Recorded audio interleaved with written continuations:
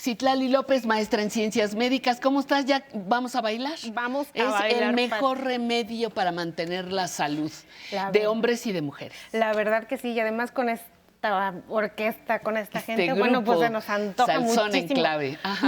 Muchísimo con el grupo bailar y pues por supuesto mejorar nuestra salud, como ya lo dijo bien. Por supuesto. Nuestra querida invitada del día de hoy, pues vamos a aprender muchísimo y hoy nos toca hablar de un tema como siempre relevante en los adultos mayores, en la sección de salud que todo el mundo está esperando, ya sabemos. Sí. Y vamos a hablar hoy de el crecimiento de la próstata en los hombres. Displasia prostática.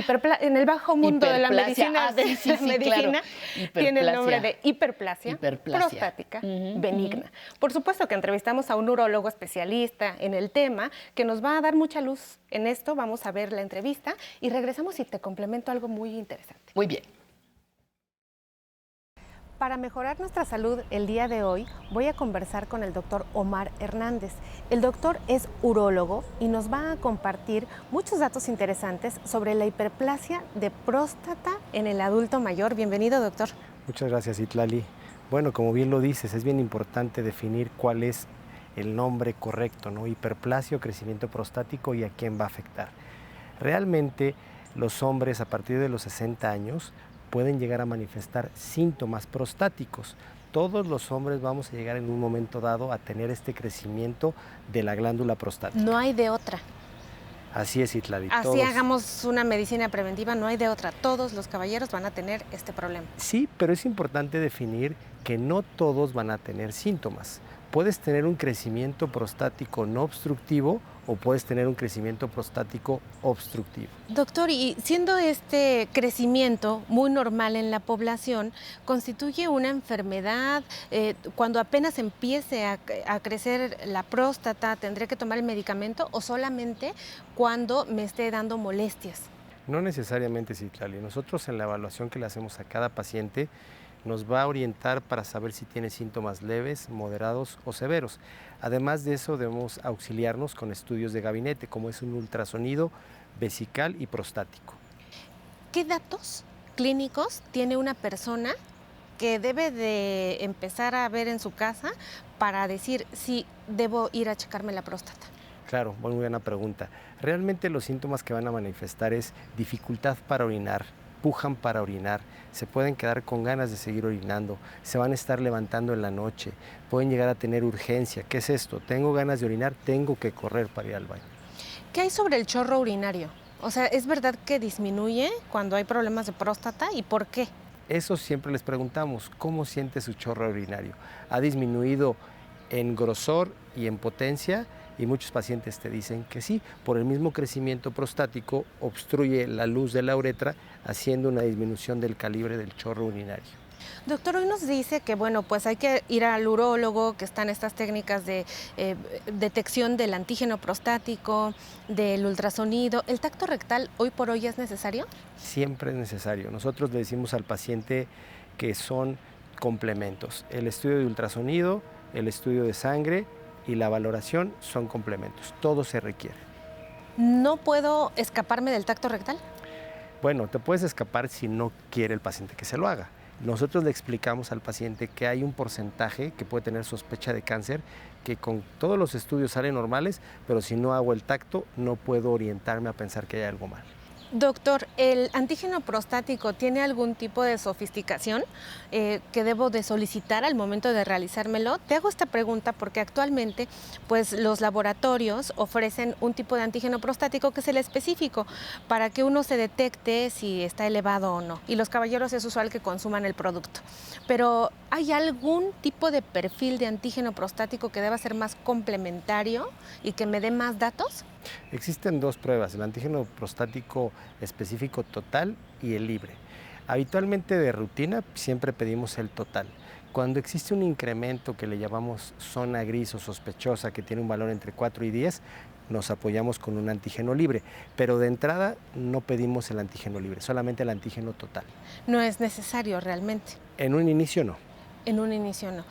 Todas las personas que ya les creció la próstata, como nos los explicó desde el principio, que es normal en la edad, ¿les va a seguir creciendo todo el tiempo o realmente pueden hacer algo para detener el crecimiento?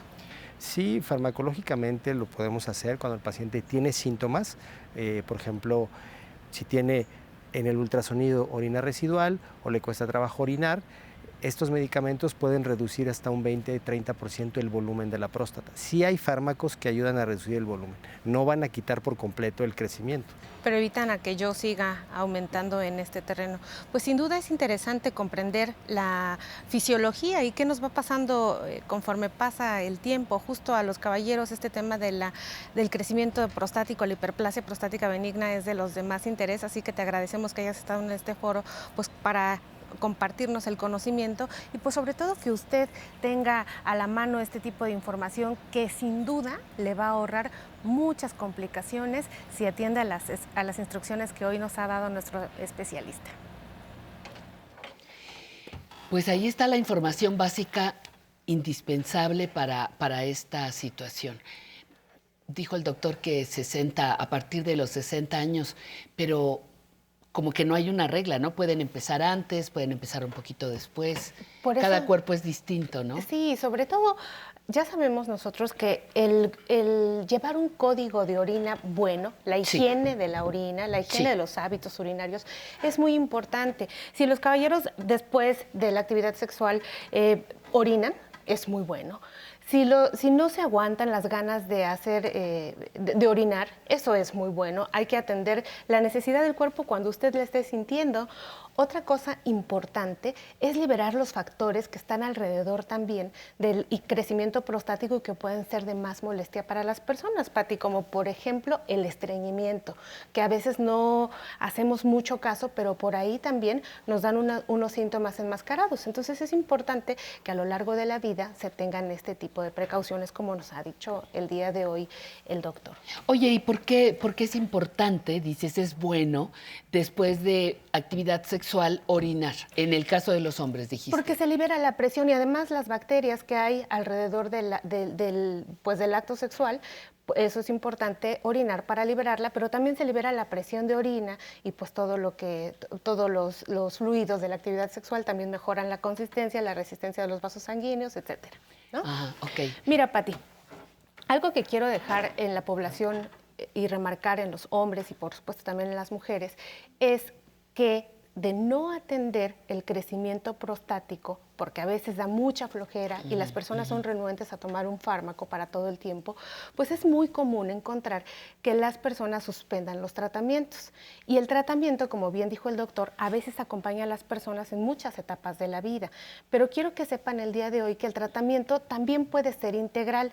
Y así como hay diferentes tipos de tratamientos farmacológicos, hormonales, hay fármacos que son plantas medicinales que pueden ayudar a las personas, hay medicamentos que incluso tienen un doble efecto para la presión arterial.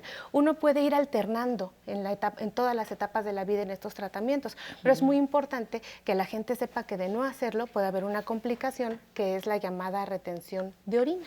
Eso es, muy bien. Entonces, pues vamos a la pregunta del público. ¿Cómo está? Buenas tardes, bienvenido. Buenas tardes.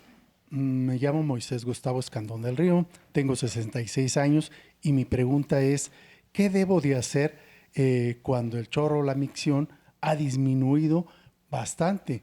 Y ya me he hecho estudios de sangre, de orina, y los médicos me dicen que estoy bien. Si el rango es de 0 a 5, estoy en 1 y eso me descontrola, no sé qué hacer. Pues es una muy interesante pregunta que además viene muy al caso del día de hoy. Fíjese, lo que usted debe de hacer primero es, una vez ya identificados estos estudios de sangre y de orina y que el antígeno está normal, hay que avanzar en la línea de estudios, que esto corresponde a veces a estudios de imagen con un sencillo ultrasonido o también hay algunos otros estudios que ayudan a saber si uno retuvo orina y uno piensa que ya orinó y vació por completo, pero no está siendo así. Eso puede ser un factor muy importante. Otros problemas que hay que considerar es que no solamente se limita al tema de la próstata, sino que debe haber, o a veces hay algún tema en columna o algún tema con el intestino. Pensemos en el estreñimiento que ahora les he mencionado. A veces solamente el tener el intestino lleno y no vaciar bien puede tener complicaciones urinarias. Otra cosa muy importante a tomar en cuenta es la función renal, porque a veces la función renal disminuida provoca que la gente orine menos. Y se piensa comúnmente que esto tiene que ver con la función de la próstata, pero no es así. Entonces, si usted ya empezó el caminito y tiene los 2 primeros estudios, mi opinión es que se complemente con lo más común, no pensar tampoco cosas tan extravagantes, sino ver estos primeros episodios que le acabo de comentar el día de hoy. Y, por supuesto, que le vea el especialista, que le vea el urólogo en este caso. Si el urólogo dice, oiga, señor, usted ya tocó esta ventanilla, pero no es la suya, entonces hay que cambiar y hay que pedir otra opinión, pero es un muy buen acercamiento. También quiero sugerirle que se haga el antígeno de próstata completo, que vio en la cápsula, que le dijo el doctor, porque eso también nos indica y es un marcador de si puede esa próstata comportarse como una próstata con cáncer o no. Entonces es muy importante ese manejo integral. Gracias por la pregunta. Muy bien, gracias. Gracias a ti por la respuesta. A ti, Pati. Muchísimas gracias.